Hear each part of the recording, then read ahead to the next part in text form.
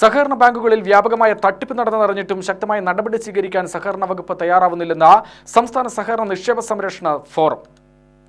തട്ടിപ്പിനിരയാവുന്നത് സാധാരണക്കാരാണെന്നും സംസ്ഥാന president MS Suneesh വാർത്താസമ്മേളനത്തിൽ പറഞ്ഞു.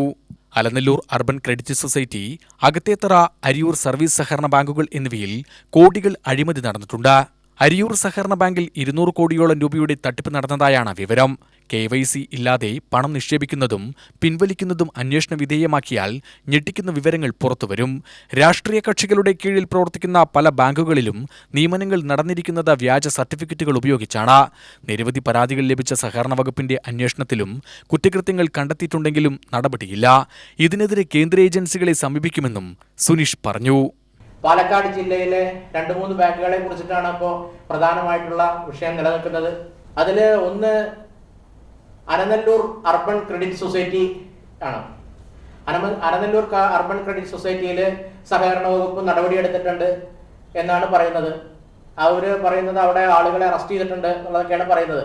പക്ഷേ അതിനുശേഷം ജനങ്ങൾക്ക് ഈ ഒരു പണം തിരിച്ചു കിട്ടാനുള്ള യാതൊരു നടപടി അവിടെ ഉണ്ടായിട്ടില്ല. അതുമായി ബന്ധപ്പെട്ടിട്ടുള്ള യഥാർത്ഥ ഉദ്യോഗസ്ഥരെ അവിടെ അറസ്റ്റ് ചെയ്യപ്പെട്ടിട്ടില്ല.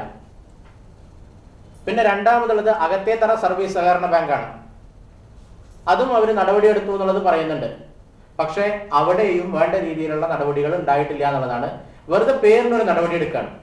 അത് മാത്രമാണ് അവിടെ നടന്നുകൊണ്ടിരിക്കുന്നത്.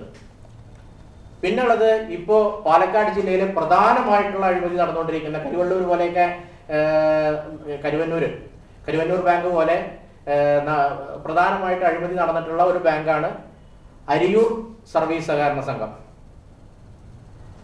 അവിടെ ഏകദേശം 100 മുതൽക്ക് 200 കോടി വരെയുള്ള രൂപയുടെ അഴിമതി നടന്നിട്ടുണ്ട് എന്നാണ് നമുക്ക് പല രേഖകളിൽ നിന്നും മനസ്സിലാക്കാൻ കഴിഞ്ഞിട്ടുള്ളത്. ഭാരവാഹികളായ PC വിജയൻ, KK പ്രസന്നകുമാർ എന്നിവരും വാർത്താസമ്മേളനത്തിൽ പങ്കെടുത്തു.